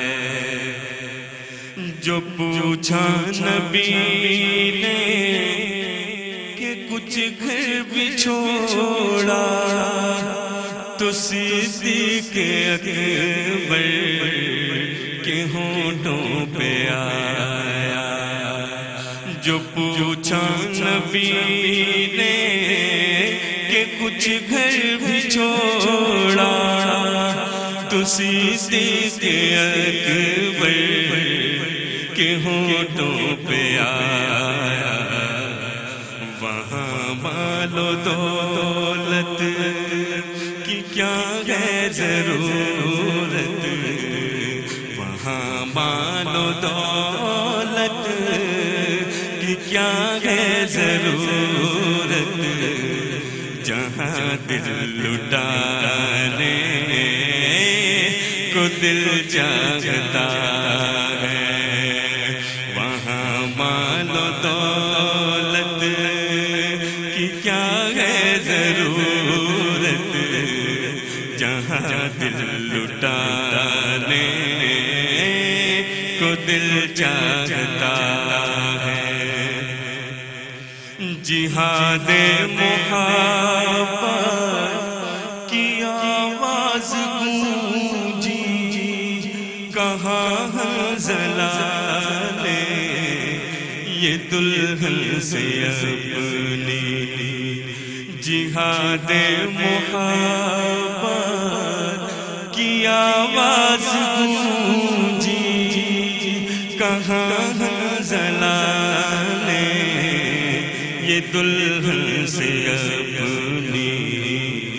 इजाजत अगर दो तो जामे शहादत, इजाजत अगर दो तो जामे शहादत, लबों से लगाने को दिल चाहता है।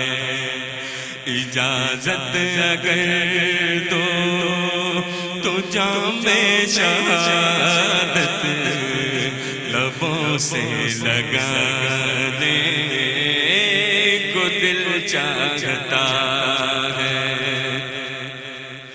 वो नन्ना सा असग़र जो एड़ी रगड़ कर, वो नन्ना सा असग़र जो एड़ी रगड़ कर यही कह रहा था वो खेमे में रो कर। वो नन्ना सा असग़र, वो नन्ना सा असग़र जो एड़ी रगड़ कर, जो एड़ी रगड़ कर यही कह रहा था वो खेमे में रो कर।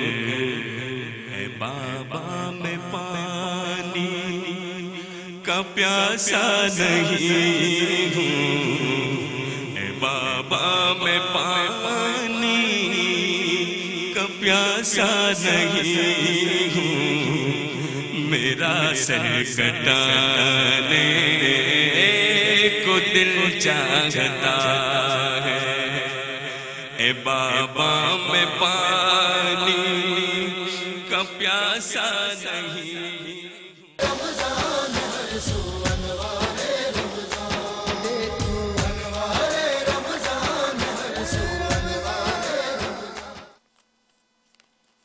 एक मरतबा फिर अनवार रमज़ान की खुसूसी इफ्तार ट्रांसमिशन में K21 न्यूज़ के प्लेटफॉर्म से बरादरान इस्लाम आपकी मेज़बान रज़ा सैफ़ी आपको खुशामदीद कहती हूँ।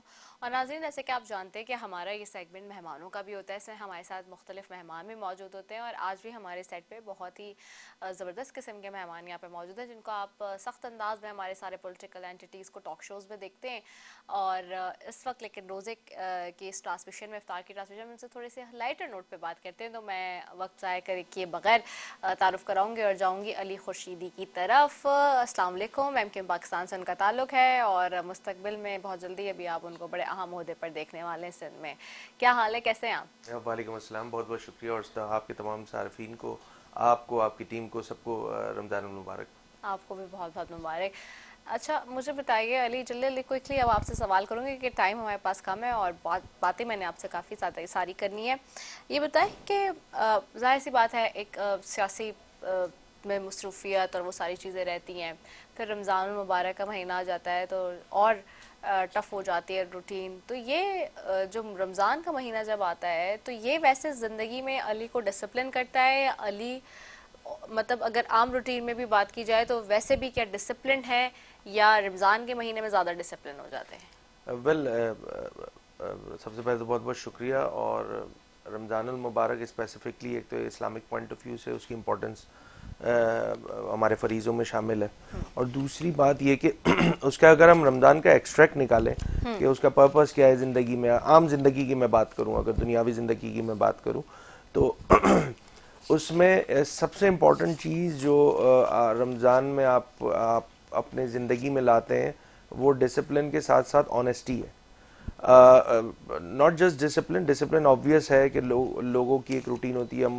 हम जिस मुल्क में रहते हैं उसमें मेजॉरिटी हमारे पास मुसलमान है और एक इस्लामी मुल्क है, तो यहाँ पे यकीनन एक रिवायती तौर पे फजर से जो और सहरी से जो रूटीन स्टार्ट होती है वो एक इम्पॉर्टेंट पोर्शन है। बट समहाउ मुझे ऐसा लगता है कि जो रमज़ान का असल एक्सट्रैक्ट है वो ये है कि अपनी ज़िंदगी में ना सिर्फ डिसिप्लिन लाना बल्कि ऑनेस्टी के साथ जो भी जिस कारहा ज़िंदगी से उसका ताल्लुक़ है, चाहे वो मीडिया है, चाहे वो पुलिस है, चाहे वो किसी भी महकमे से सियासतदान है, सियासी वर्कर है, वो एक तो वो कहते हैं ना वो कि ख़ुद से जो है अपने आपको जो है वो एहतसाबी खुद एहतसाबी का अमल, उसमें भी जो है बड़ा इंपॉर्टेंट फैक्टर होता है रमज़ान का।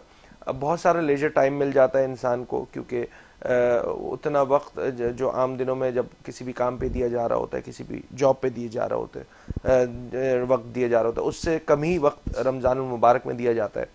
तो ख़ुद के लिए और ख़ुद से रब्त और फिर अल्लाह से रब्त बनाने का सबसे इम्पॉर्टेंट महीना होता है। खुद एहतसाबी होती है, उसमें ऑनेस्टी लाता है इंसान, डिसिप्लिन लाता है। अगर ये सारे फैक्टर्स आफ्टर द रमज़ान आपकी ज़िंदगी में रिफ्लेक्ट हो जाते हैं तो मेरा मानना ये है कि आपका रमज़ान जो है वो पॉजिटिव वे में चला गया। अगर उसी पैटर्न पे चल रहे हैं जिस अंदाज से प्रियर टू रमज़ान आप काम कर रहे थे, चीज़ें कर रहे थे, तो वो उस शख्स के लिए या उस बंदे के लिए वो रमज़ान जो है वो वैसे ही है जैसा कोई आम जो है वो महीना काउंट हो।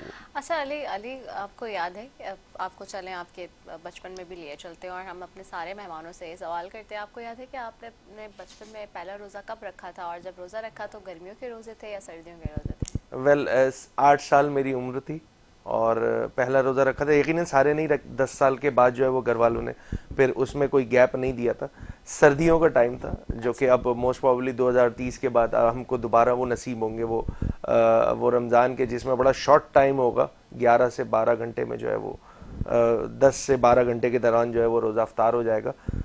उसके बाद जो टाइम यूनिवर्सिटी में गुजारा है और फिर पोस्ट यूनिवर्सिटी जो जॉब प्रोफेशनल जो जॉब की थी उसमें बड़ा सख्त रोज़ा गुजारने का जो है एक्सपीरियंस हुआ।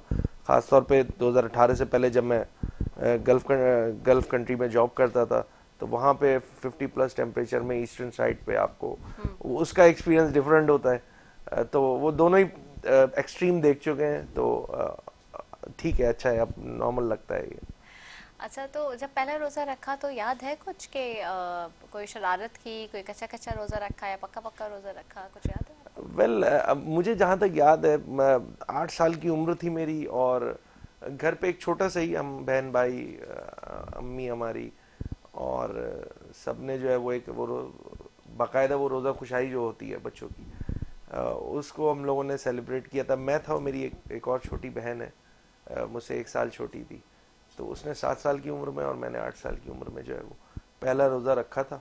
और घर पे वही जो बहन भाई मिलके वो शायद उस दिन मुझे याद पड़ता है कोई जो मेरी फेवरेट डिश थी वो बनाई गई थी और एक मतलब चाइल्डहुड में आपको जब फरीज़े के लिए कहा जा रहा होता है कि अपने वालिदैन की जानिब से जो नमाज के साथ साथ चीज़ें जो फ़राइज़ हैं वो बताए जा रहे होते हैं पेरेंट्स की जानिब से, तो वो हमेशा याद रहते हैं। तो ये वाला जो रोज़ा कुशाई वाला जो था उसके बाद बाकायदा सब रिश्तेदारों को बुला के, जब 10 साल का मेरी उम्र हुई थी तो मुझे याद पड़ता है कि सबको बुला के फिर जो है बाकायदा रोज़ा कुशाई और वो प्रोग्राम रखा गया था घर वालों की जानिब से। अच्छा, ठीक हो गया।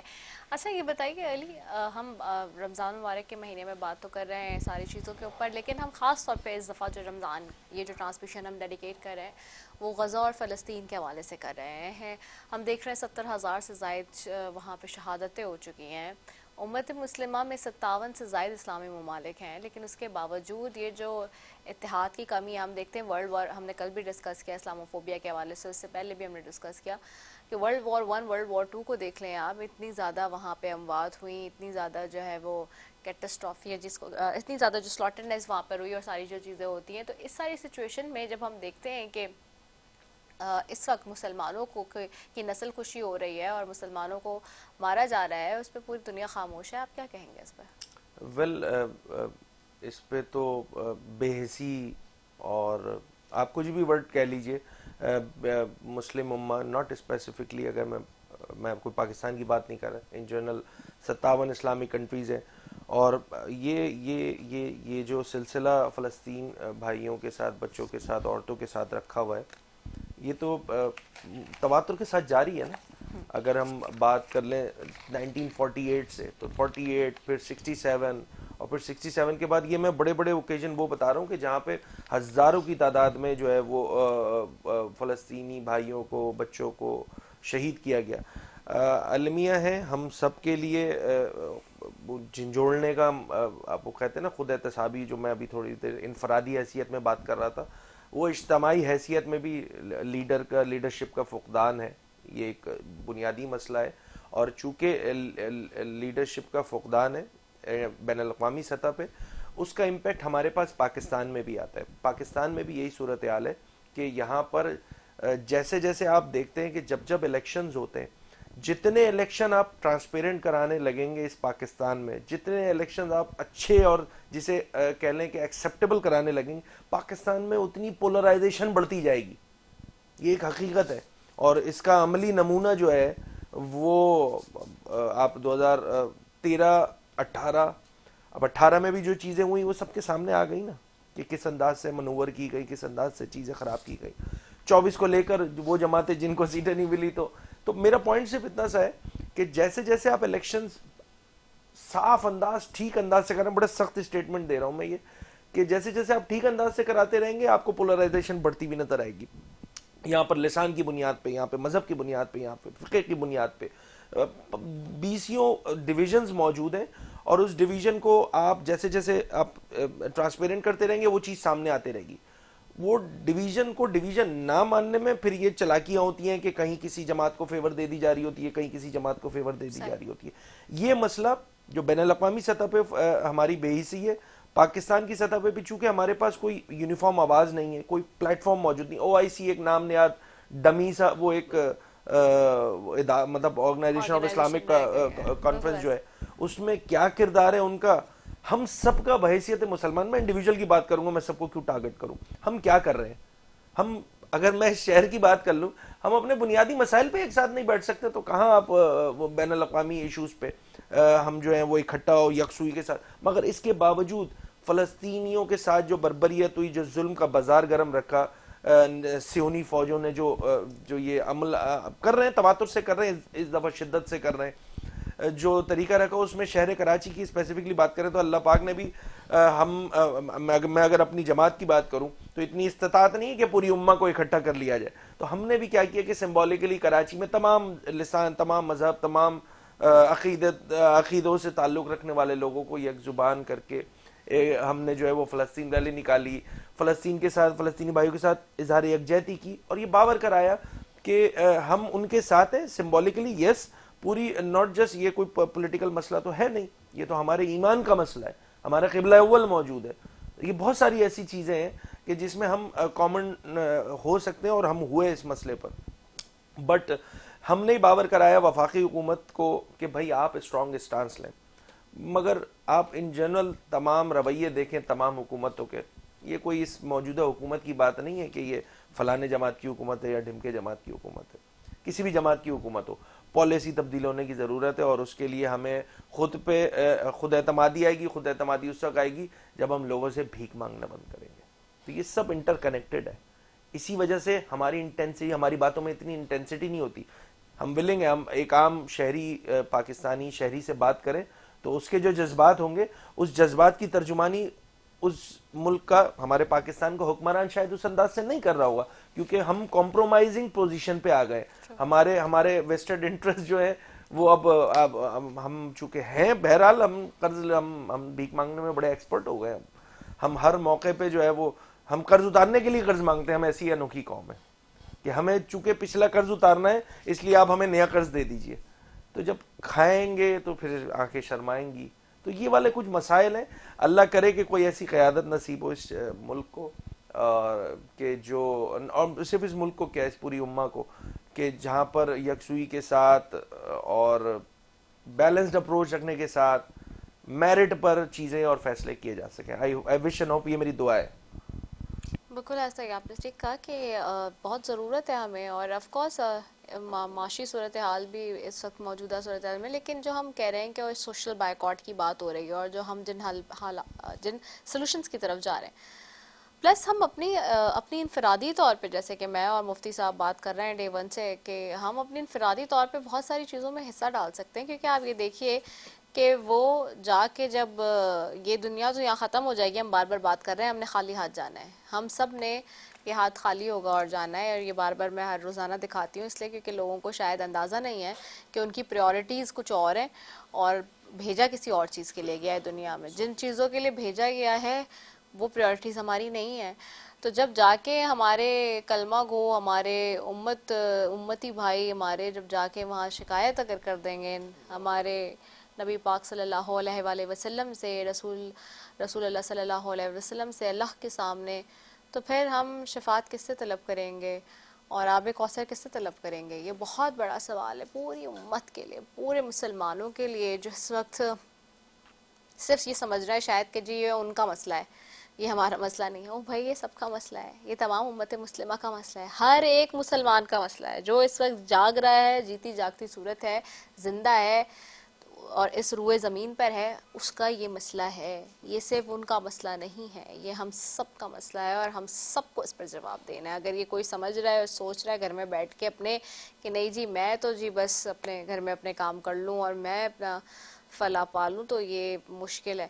और मैं देख रही थी कल मुफ्ती मुहिद्दीन मंसूरी साहब, आपसे की तरफ मैं आऊँगी भी, कि मैं ये देख भी रही थी मुफ्ती साहब कल के हम बता रहे थे कि वहाँ मस्जिद नबी सल्लल्लाहु अलैहि वसल्लम में 70 लाख से ज़ायद ज़ायरीन इस वक्त वहाँ पर मौजूद हैं और लोग जा रहे हैं वहाँ पर। लेकिन जो एक तरफ ये मामला है कि सारी चीज़ें हो रही हैं, लेकिन दूसरी तरफ वहाँ से भी हम देख रहे हैं और जो चीज़ें हमारे सामने हैं इस वक्त, और किस तरह से हमारे अरब ममालिक ने इज़राइल को जो कबूल करने का मामला है, ये भी एक बड़ा हमारे लिए सवाल है इस वक्त कि एक तरफ इस तरह के हालात और दूसरी तरफ हम क्या कर रहे हैं। तो ऐसी सूरत हाल में भी जो है हम इस वक्त घिरे हुए हैं कि जिसके ऊपर बार बार बात करते हुए मुझे तो बड़ा अफसोस होता है, मेरे पास अल्फाज नहीं है कुछ कहने के लिए, क्योंकि अब जितनी इन अल्फाज की से मैं मजम्मत कर सकूं, मेरे ख्याल से अल्फाज भी शर्मा चुके हैं। क्या कहेंगे आप इस पे? देखिए, रोज़ अव्वल से तो हम जिस दिन से हमारा ट्रांसमिशन शुरू हुआ है हम तो इस पर बात कर ही रहे हैं, और भाई ने भी कहा है, अली खुर्शीदी साहब ने, कि OIC जो एक बड़ा प्लेटफार्म है मुसलमानों के लिए, मगर वो भी मेरे ख़्याल से सिर्फ अपने मिडिल ईस्ट की जो हुकूमतें को बचाने के लिए वो जो 57 मुल्कों का जो एक आर्मी बनाया उन लोगों ने, लगता है सिर्फ, जबकि होना ये चाहिए था कि उम्मत मुस्लिमा के हमारे मजलूम भाइयों के ऊपर जो जुल्म तशद्दुद जो ज़्यादती हो रही है, मेरे ख्याल में लड़ने की भी ज़रूरत नहीं थी। जिस पोजीशन में वो मुल्क का जो जोग्राफियाई जो हदूद है, अली खुर्शीद भाई, जो जोग्राफियाई हदूद है, अगर सिर्फ हमारे हुक्मरान, हमारे जो मुस्लिम जो हमारे ममालिक है, वो सिर्फ मजबूत स्टैंड ले लें, मजबूत किरदार अदा करें और सिर्फ आंखें दिखाए कहे कि नहीं ये नहीं हो सकता हमारे यहाँ पे, मेरे ख्याल से फिर जो है ना उनको, आई थिंक तिजारत का सबसे बड़ा पहलू, क्योंकि जो कुरान में भी बार बार बताया गया है कि भाई यहूद और नसरा तुम्हारे भाई नहीं हो सकते, हाँ तुम उनसे तिजारत कर सकते हो लेकिन वो भी कुछ टर्म्स एंड कंडीशंस में। तो मेरे ख्याल से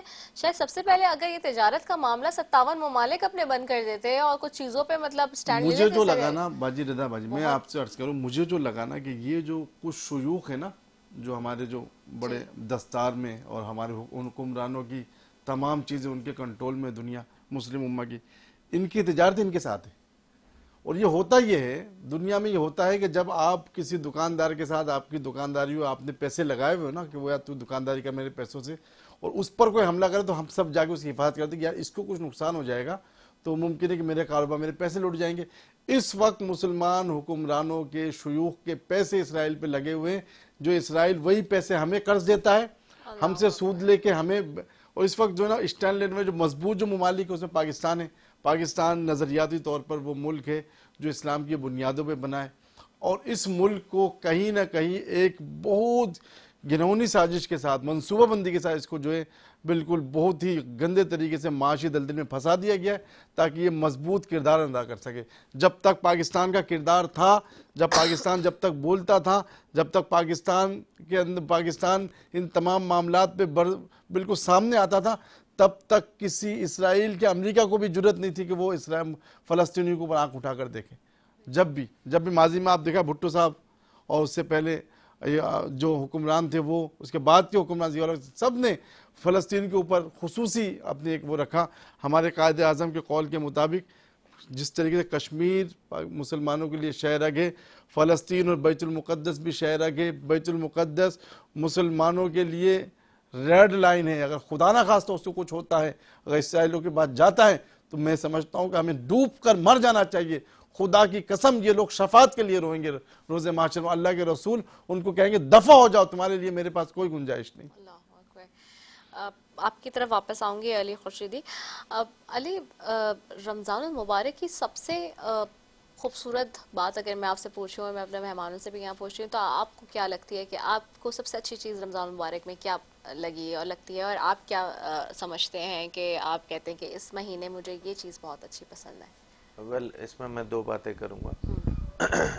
एक तो ये कि स्टार्ट में जैसे बताया कि डिसिप्लिन आ जाता है, बड़ा फोकस्ड हो जाता है इंसान। दूसरा ये कि आपके पास, अगर मैं सियासी जब से मैं इन जिम्मेदारियों में आया हूँ 2018 से, तो बहुत कम वक्त होता है जो आप घर वालों के साथ स्पेंड करते हो।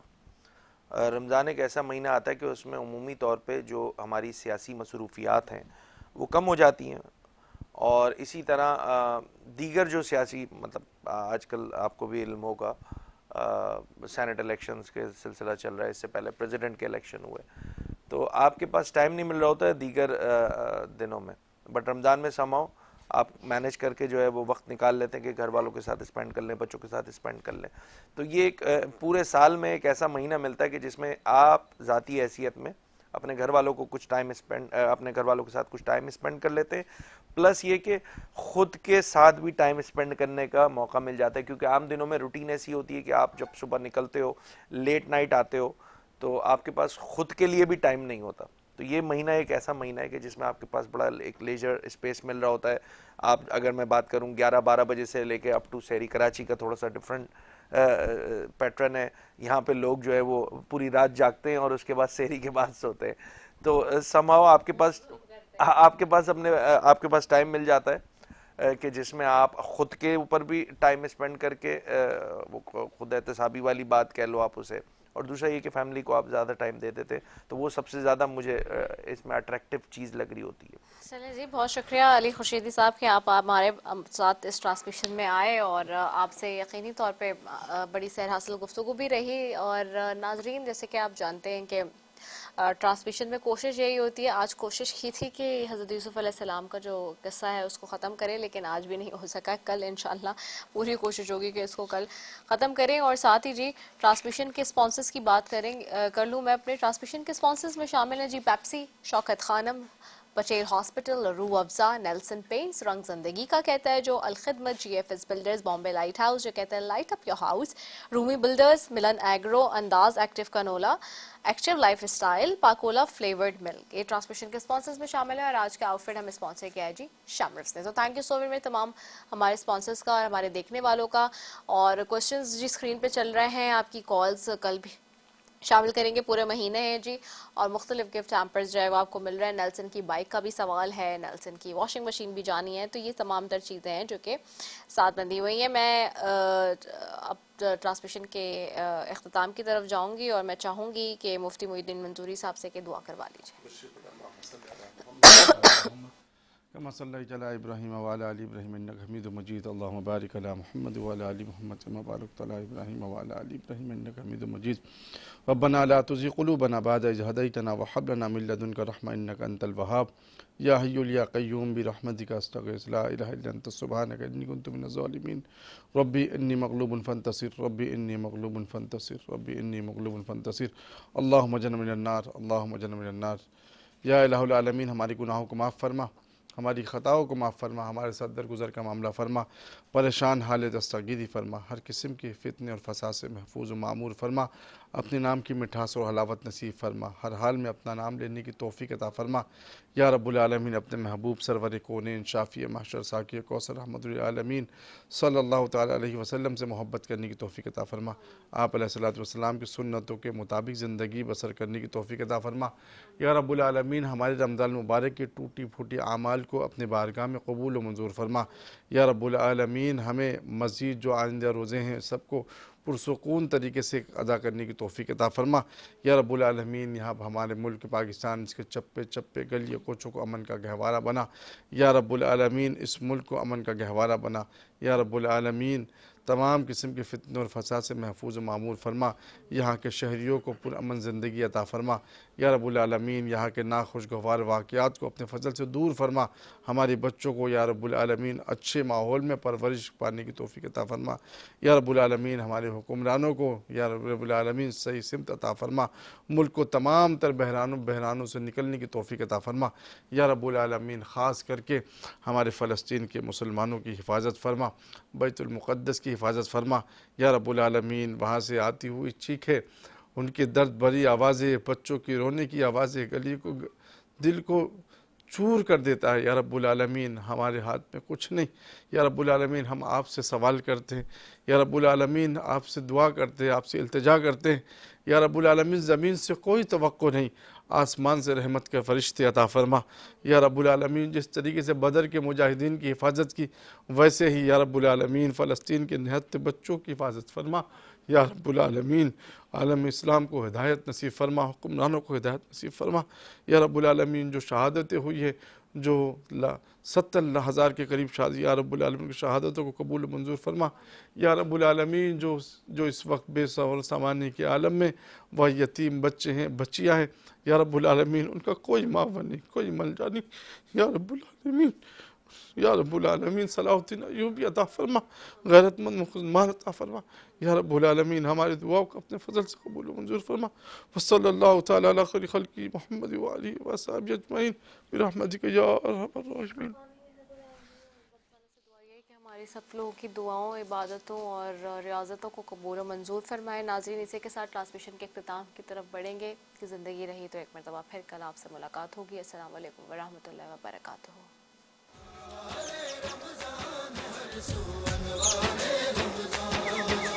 रंगो नूर की बारिश हर जा, रहमत ही रहमत है हर पल। हर मस्जिद हर घर में रौनक, बरकत ही बरकत है हर पल। कर ले अपनी बख्शिश का इस माह में कुछ सामान।